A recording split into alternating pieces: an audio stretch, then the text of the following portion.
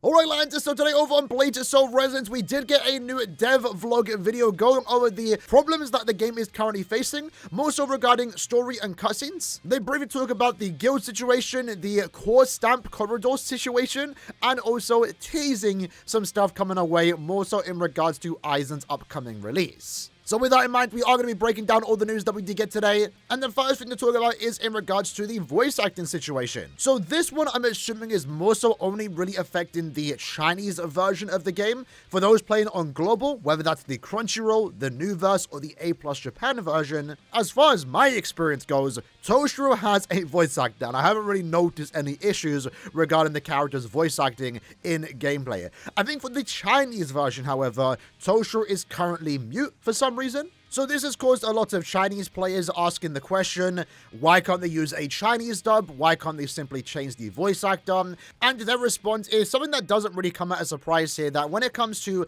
officially licensed IP game, there is a lot of restrictions on what you can and can't do without the approval of the license owner, which in this case is Shueisha. Now this more so only again reflects the Chinese version of the game, because as far as I'm aware, Toshiro does have access to voice lines in-game, but this response is going to be very similar later in the video when we do talk about the missing cutscenes and also voice acting in all versions of the game, which currently includes our global versions. The second topic was in regards to Rukia's unique freezing effect. In this case, she does have access to a mechanic called breaking ice, where once you attack an enemy that has been frozen, it would trigger breaking ice, dealing extra damage based on Rukia's attack. And I believe when the game first released, breaking ice was listed under element damage bonus. So technically, if you wanted to increase that damage output, you were able to do that by increasing the amount of element damage bonus you do get through stamps, for example. But they've now clarified that this mechanic is exclusive to Rukia, and they've since removed it from the element damage bonus section. This, I think, was always intended. Nothing technically has changed with Rukia, they've just more so clarified exactly how this mechanic does work. To me, it doesn't really change much. The main reason why I personally used Rukia's ice effect was more so to stop the enemy from attacking. That way, of course, you can get free opportunities for damage. But going back to currently, one of the biggest issues we are experiencing in Bleach So Resonance is the lack of cutscenes, and when there are available cutscenes, the lack of voice acting. To put it simply, it is due to the IP holder. They need to approve everything, and that in itself can take some time. Unfortunately, this does give the impression, and to be fair, it kind of is true, that the game is unfinished, because if you weren't playing during the beta and you started playing on the official release, there's a lot of things missing. Again, voice acting and also cutscenes. So that kind of sucks, because there are cutscenes already finished and ready to go. They just need to wait for the IP holder to approve of those cutscenes before they can make it live. They do mention in the video that if you were someone that played the past beta test, you know, you can see the passion they put into those cutscenes. There is a lot of really good cutscenes available in the beta that unfortunately just aren't available right now in the official game. They do clarify that this isn't a short-term fix. It ultimately comes down to the review process and how long that could potentially take, but they are currently working overtime to make sure this can get fixed as soon as possible. After that, they do briefly touch upon guilds. Remember, guilds right now are currently disabled. I believe there was a bug where people were abusing a level up glitch to make their guild better than other guilds more so. So due to that, guilds were temporarily disabled, and they do clarify here that guilds will be back up in the near future. So hopefully it's sometime soon, but with that, they also do clarify that in the future too, they do want to create more co-op and social gameplay elements involved with guilds. So for those that are looking forward to guilds being re-implemented back into the game, that should be happening soon, and in the future, there'll be more to look forward to, because more elements and features will be added to the guild system. After that, and this is definitely probably the most exciting part out of this entire situation, because even though it's very unfortunate that a lot of the things that we are talking about are current issues in the game, they are fixable in due time. And maybe as the time can be seen as a short-term problem, that might not really affect your enjoyment in the game per se.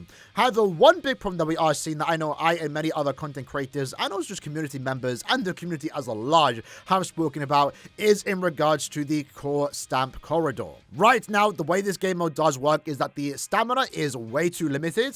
It takes a very long time to build up pity to get your rainbow box, where you then get either a 5 or 6 star core stamp, and due to the random nature of this game mode, hunting for a particular core stamp is going to be very tedious, and as new characters get released, the chance of getting a core stamp, the one you're hunting for in particular, is going to get lower and lower. This, in my opinion, right now is one of the biggest problems with the game, especially because it does affect how you play the game, right? Your characters are naturally going to be weaker when you don't have access to a core stamp. And missing that core stamp kind of sucks, I will be honest. But they do clarify here once more that they are aware of the current issues surrounding the stamp corridor game mode and how core stamps can be obtained, and are actively discussing it with their team on how they can fix this particular problem. Many of us have already given them plenty of good solutions. The solution itself isn't really that hard. Just add a guaranteed pity system to this particular game mode, and I think that would fix it, while also maybe giving us more corridor keys to access the game modes. Unfortunately, they don't tell us the solution as of right now because, again, they are actively discussing it, but it is nice to know that they are already aware of the game's biggest problems pretty much within the first 2 to 3 weeks of the game. Next time we do get a big dev vlog video like this, for example, they might already come up with a solution and can quickly implement that. So if you do want to play the long game, maybe as of right now, because they are aware of the problem, is to currently save your corridor keys, I might very well also be doing that. Because as of right now, the situation that we are currently going through in the stamp corridor can only get better, right?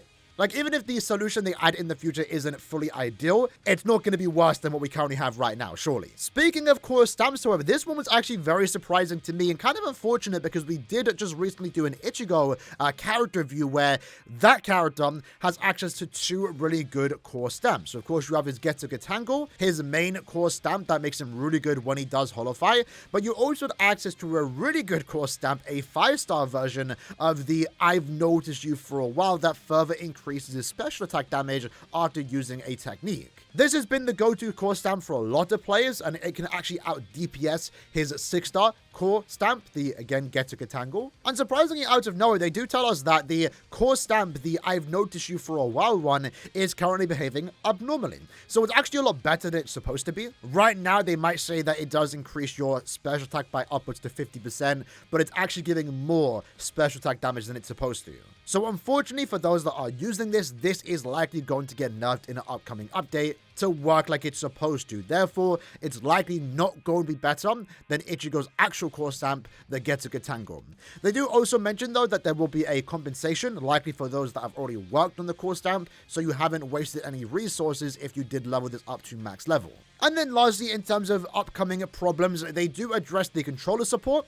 So as of right now, controller support is only available on, as far as I'm aware, the C version that's run by Nuverse, and of course the Chinese version. If you are playing the A+ Japan or Crunchyroll version, they don't seem to have controller support available, even though it was mentioned in the patch notes that it was added.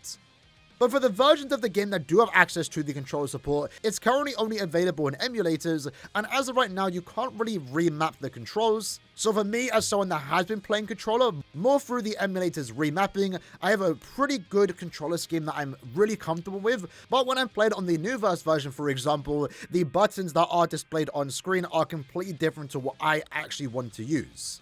Unfortunately, they do stay here for the next update. They are going to be adding options to remap the controls, while also reflect that in the actual screen itself, while also having the option to completely remove the buttons on your screen if you actually don't want that, like for example what you see right now on Global. I don't think they mentioned that controller support will be added to mobile anytime soon, but I would likely assume that once they have the whole situation sorted out for emulators, that will soon be available on mobile devices. But lastly, they do briefly touch upon upcoming characters and content, specifically mentioning that they are very excited for the release of Aizen, Trail Camp, and also Chaos Mode. So potentially 2 new game modes / events coming our way within the next 3 to 4 weeks. And also, of course, Aizen, which right now is expected to release January 2nd. And that is pretty much the developer update that we did get for today. What I really appreciate here personally is that we are getting a lot of open communication from the developers themselves. For those of us that are playing the game, we know that the game is not perfect right now, and there are definitely things that need to be fixed. Unfortunately, they do address all the problems that we have